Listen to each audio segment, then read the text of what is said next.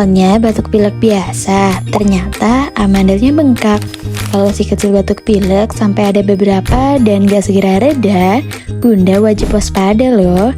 Coba cek amandel si kecil. Terkadang batuk pilek pada si kecil bisa menjadi awal munculnya masalah amandel. Soalnya tubuh si kecil yang lemah akibat flu bikin bakteri atau virus gampang masuk. Bakteri atau virus itu bisa menginfeksi amandel.